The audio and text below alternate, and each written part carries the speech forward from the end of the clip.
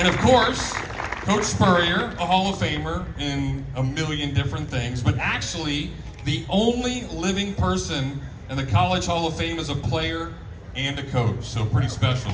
That is still happening. The winningest coach not only in UF history, but of course at South Carolina as well, and the SEC Coach of the Year 7 times.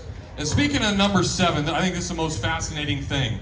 7 SEC championships for Coach. He didn't even lose 7 games inside the swamp in his coaching career. So think about that. More championships than games actually lost inside the swamp. That's how awesome that he was. Well, we've got some other incredible people here tonight. So let's get going with a guy who got this entire area going. Former Gator basketball player whose vision to bring something like this to Gainesville has changed the lives of so many people. Here, the head of Viking Companies in Celebration Point, Svein Dirkelbolden. From the very beginning, it was my dream to create a place where Gators can come and celebrate. And as I look around today, that's definitely coming to fruition with a lot of your help. We have a long group of incredible people to speak today, so I'm going to be brief. Coach, thank you for what you've done for the Gators, the university, the city, and Celebration Point. Your involvement in the project, specifically the event center and the Spurrier's Gridiron Grille, has been transformative. We're truly honored to name the street after you and to have your name as part of this project. And now I'd like to introduce the next speaker, which is another Gator great, quarterback for the 96 national champion team and also the 1996 Heisman Trophy winner, Danny Wuerffel.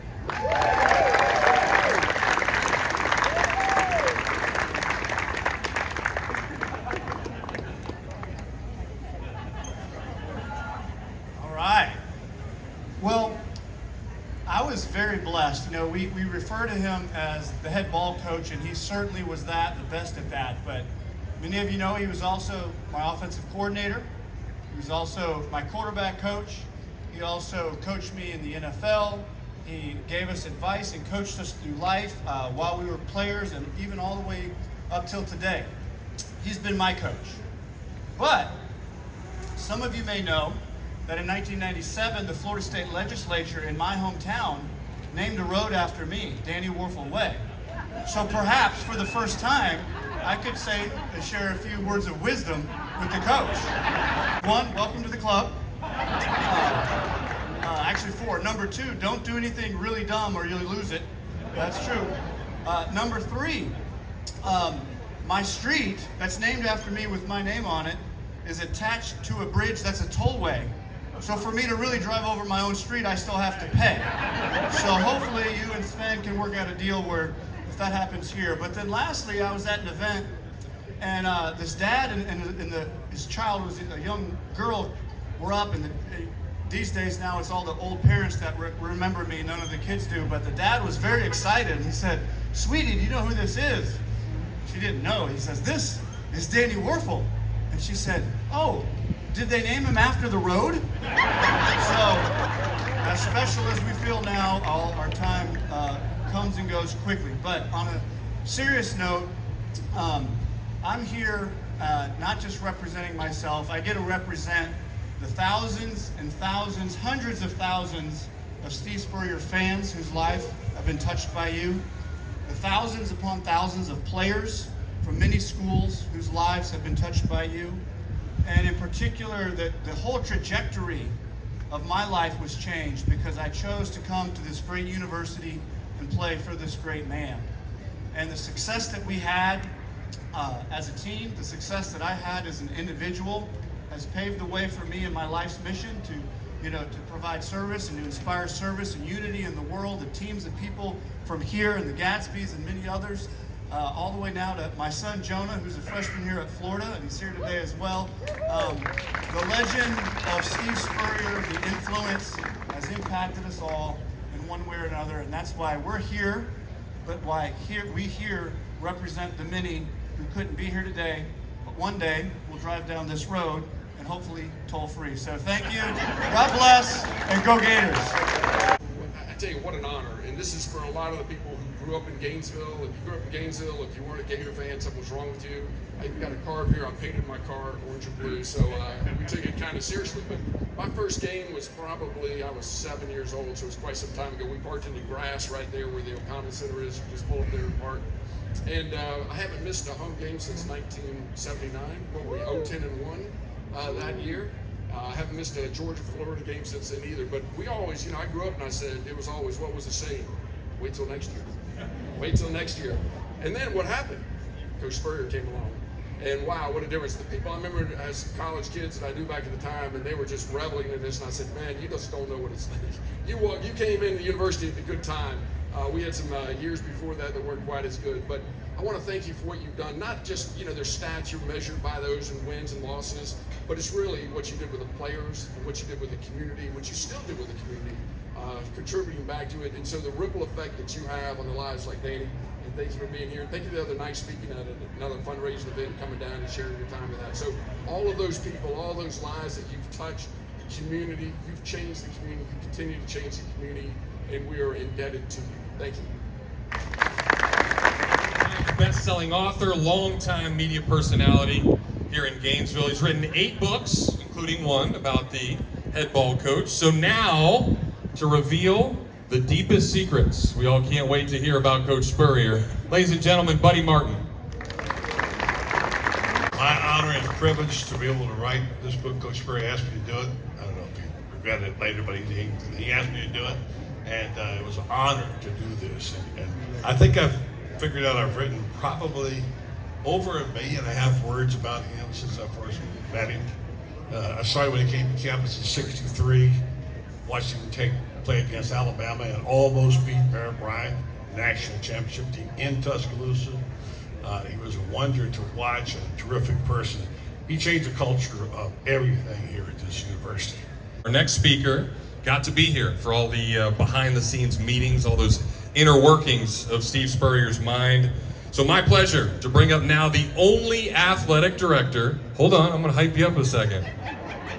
The only athletic director in Division I history to oversee teams that won multiple national championships in football and basketball. We all remember that heyday and so many great things. And now a member of the University of Florida Hall of Fame. So he goes from the ticket office to the AD chair to a Hall of Famer. Ladies and gentlemen, Jeremy Foley.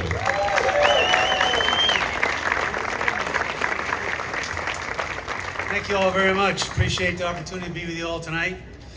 Coach Spurrier and I, he was my head ball coach for a 10-year period.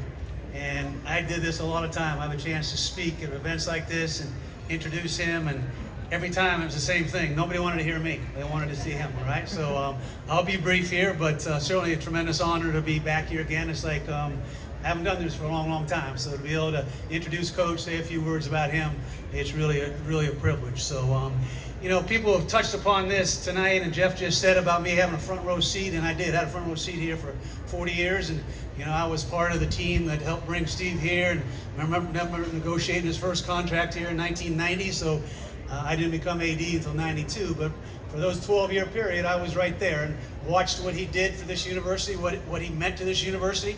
And, it was true, and Keith said it, up to that point, as we all know, it was, wait till next year, sleeping giant, what if?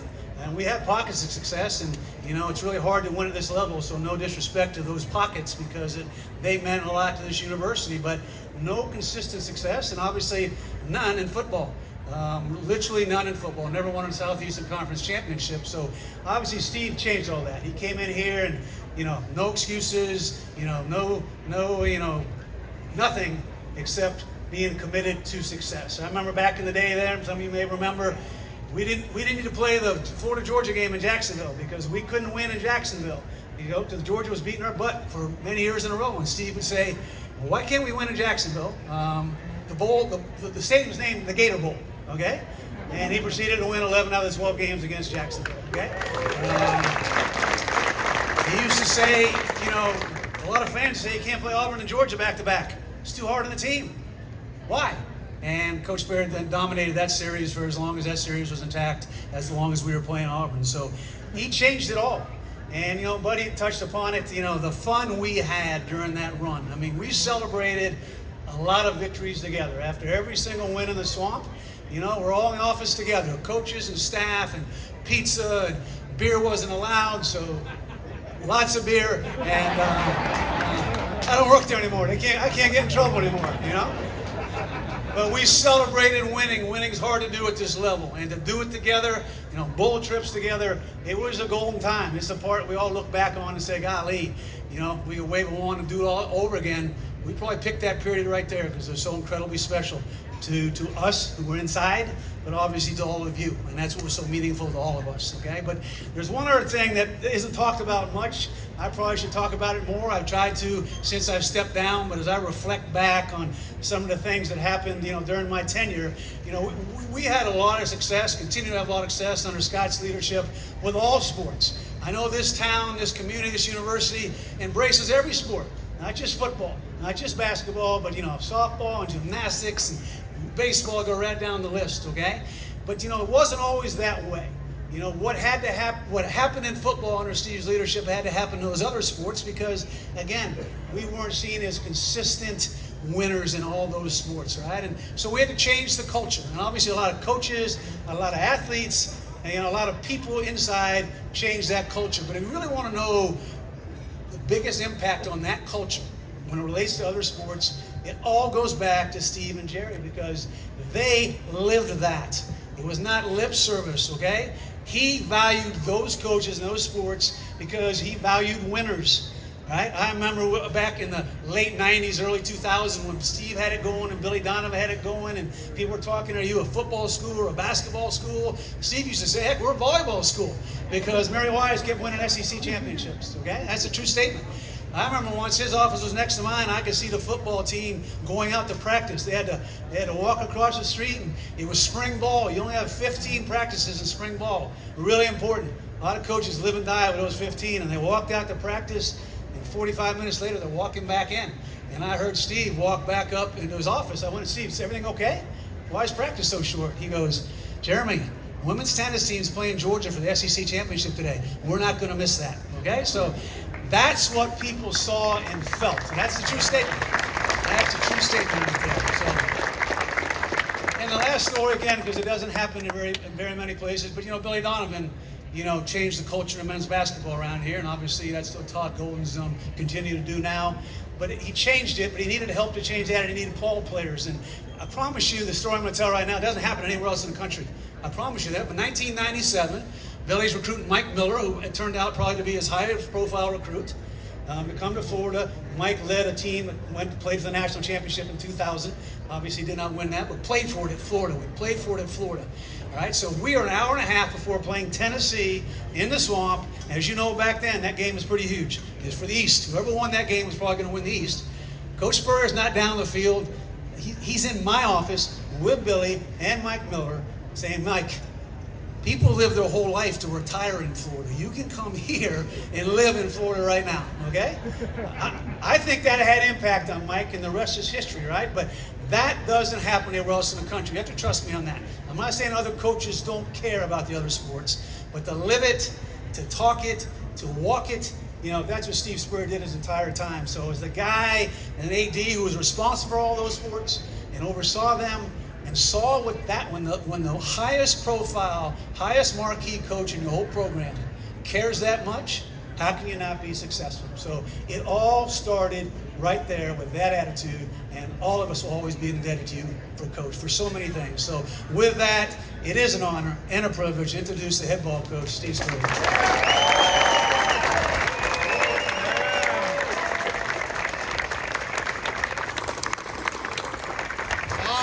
Jeremy, appreciate that. Appreciate everybody.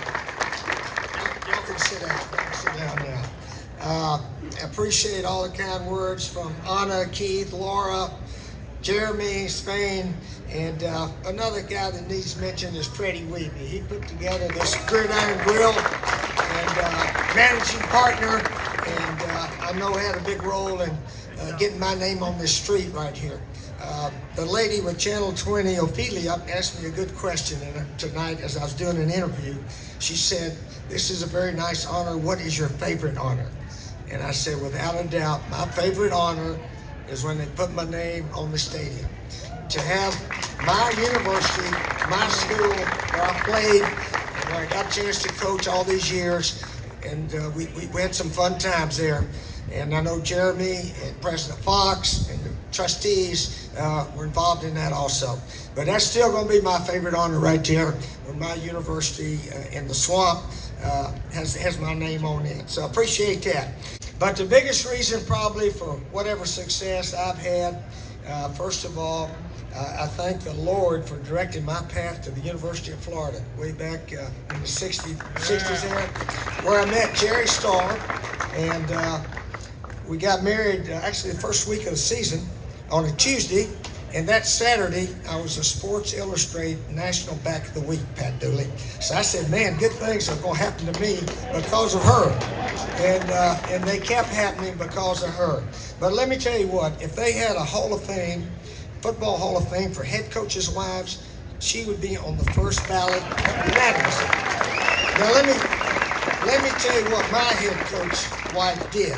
She didn't sit up in the luxury suites at the ball games. She sat down on the down on the stadium with the other coaches' wives and all the kids. They had their section, Duke, here, South Carolina, everywhere. She was not a luxury suite fan. She was down there cheering and going crazy, giving the players hugs after practice, making cookies and all their birthdays. Now we had 100 guys on the team, so the walk-ons they got their cookies too. Where's Paul Bowen? Bowen's here, isn't he? Where's Bowen? He's here back here. Yeah, you got your cookies all the time. Yeah. So everybody got their cookies, and so she is a big reason for whatever success I have had, and together we share all that definitely. After 10 years in the NFL, I needed a job, and I want to thank some people real quickly that hired me when I had no job. You know, we all look back in life. Who gave you a chance? Who gave you an opportunity to do something? And Doug Dickey hired me here at Florida. We didn't win enough. We're all gone. Pepper Rogers had an opening at quarterback and coach, and went to Georgia Tech one year. He got fired. And Red Wilson at Duke, I'd met him, and he was looking for an offensive coordinator and hired me. So my third year ever as a coach, I got to be an offensive coordinator, call the plays, put in the system. Just a remarkable opportunity. Got a chance to go down to the Bandits, thanks to Tom McEwen, a great Gator, wonderful guy that I owe so much to. And then back to Duke, where we won the ACC championship, and then the Florida job opened. Now I wasn't, oh man, we got to get, it wasn't like we're going to get Spurrier down here, basically. It was, well, who we're going to hire? Well, this Spurrier guy plays golf, has fun. I mean, he didn't go to Alabama. We can't hire him, can we? But because of President Bryan and some of his top advisors like Nick Cassisi, Fred Fisher, Alan Trammell, Tommy Shannon, Frank Campisi, these guys, President Bryan hired me here in Florida. And I always appreciate President Bryan and all he did here. But anyway, we had a wonderful run here, and I'm thankful for all these guys. Mike McGee hired me in South Carolina, an opportunity to coach a whole bunch of years and so forth. One of our assistants, Bobby Pruitt's here. Bobby, raise your hand. Let me tell you what this guy did. He and I have a whole bunch in common. He won 7 conference championships and 1 national championship. Plus, he won more conference championships than home losses.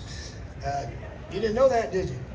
So it's not impossible to do that. But Bobby Pruitt did it, had a heck of a run up there in Marshall, and really appreciate him coming down today. But appreciate all of you coming, and I'm thankful for my name on the road here. And like somebody said, don't do something real stupid because they can take it off. So I'm gonna try not to say anything real stupid nowadays, because you can get that thing off in a heartbeat, I think, if you do something stupid. But hopefully my stupid things are history and so forth. But anyway, thanks for Celebration Point. Thanks for all of you coming out today. And go Gators! Go Gators! We did this once at the Redskins. It didn't end well. Put it down first so I can see where it is. This is a lot of pressure. I don't want to let you down, Coach. I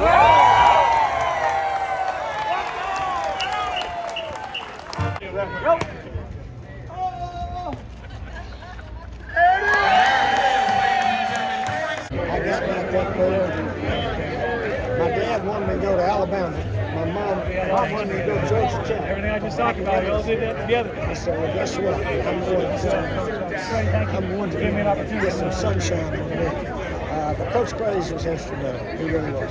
Well, just opportunity to play, maybe as a sophomore, which I did. Florida was sort of an up-and-coming team. I grew up, I wasn't a Yankee fan. I was an underdog. So I didn't want to go to Alabama. And Florida, I thought was an up-and-coming team, and we were. And we found a way to lose SECs.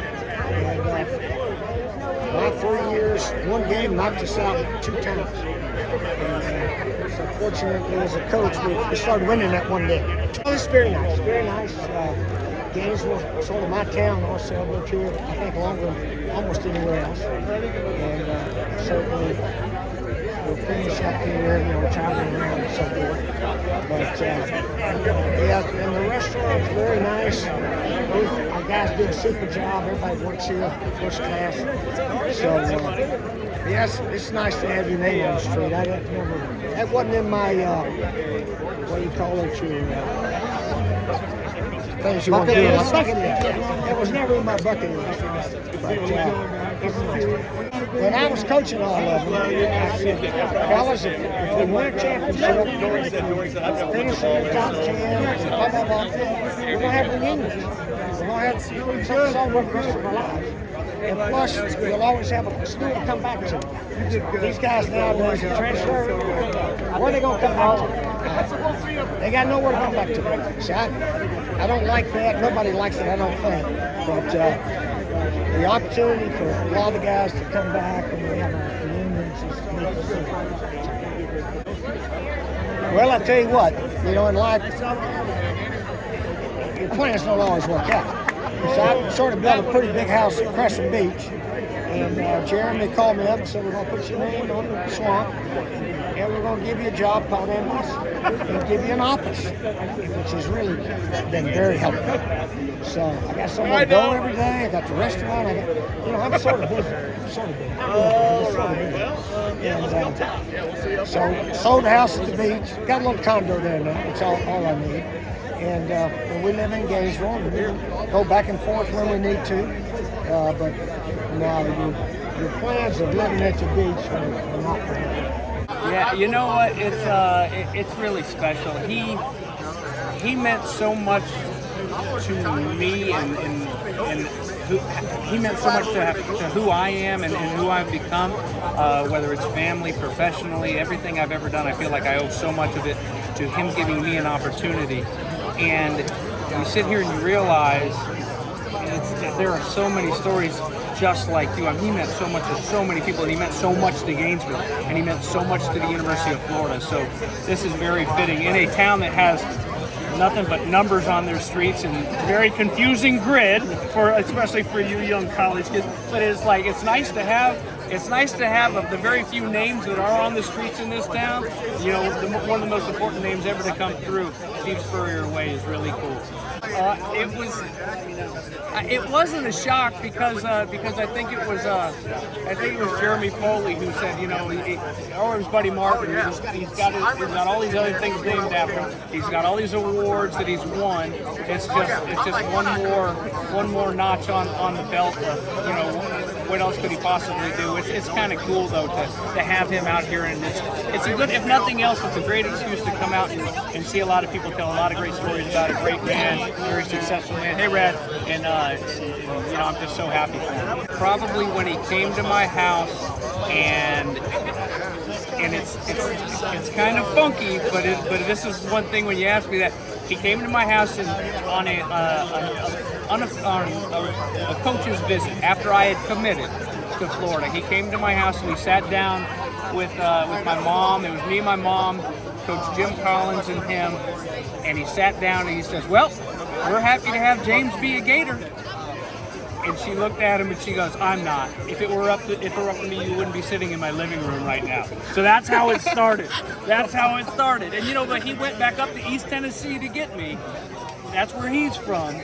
And he didn't recruit a lot of guys out of state at that time. So it was really special for him to trust in me and to take a chance with me. And he's had a lot of successes, and he owes a lot of his to the University of Florida. I feel like I'm the happiest Gator around, and I feel like I owe that to the University of Florida and making the decision to come from Tennessee down here as well. I kind of butter my bread when I speak at Gator clubs and stuff, and by telling Coach Spurrier's story. For the longest time, but I had never been at one of those clubs, one of those meetings where he was there as well. And it was an FCAA event a couple years ago, and out in Santa Fe, and I was to introduce him. I was the MC, and he was the keynote speaker. And so I was like, wow, this is going to be kind of different. I'm going to need, I can't tell that one. That one's kind of like not, this one will work. I can tell this story, but not this story. He might not like that one. And I'm kind of really thinking a little bit more than I've thought on my speaking engagements in the past few years. Nervous. Maybe you can call it nervous. And so I'm like, okay, but I'm excited. I finally got it figured out and to really take care of him. Eating dinner before I'm to go up there and start the whole show for the night. And he's sitting at a table right in front of me and my wife. And he goes, "Thanks." And he calls me over and he goes, "Hey, they don't do a very good job of introducing me to things like this. So get up there and say whatever you're going to say. But then read this. And he handed me this sheet, and the sheet was like single space, just all of his accolades, way back to high school. Just go ahead and read that. And I was like, oh no, I've already got a long enough speech anyway. And so I ended up making sure that I acknowledged Jerry, who has a lot to do with all this right here. And because she's number one. I mean, she is as important to Florida football as he is, I feel like. Well, it's certainly a great and deserving honor for him. He has inspired and brought joy to so many Gator fans all over the world for so many years and impacted the lives of so many of his players, many of whom are here tonight. So this is a great honor for him, and we're here to really celebrate that with him and his wife, his daughters. It's a special night. Well, I think it all coming together to win the national title at the very end. It'll never be a moment like that. Fortunately, I get to know him and have spent so many additional moments with him in different eras. Every year we meet at the Heisman and spend a weekend together, and I get to spend time with him and Jerry a lot more now that he's retired, and all those moments are special too. I'm very impressed with him as a leader. I think he's one of the most thorough head coaches I've ever seen. I think he genuinely cares about the development of the players, not just as players, but as people.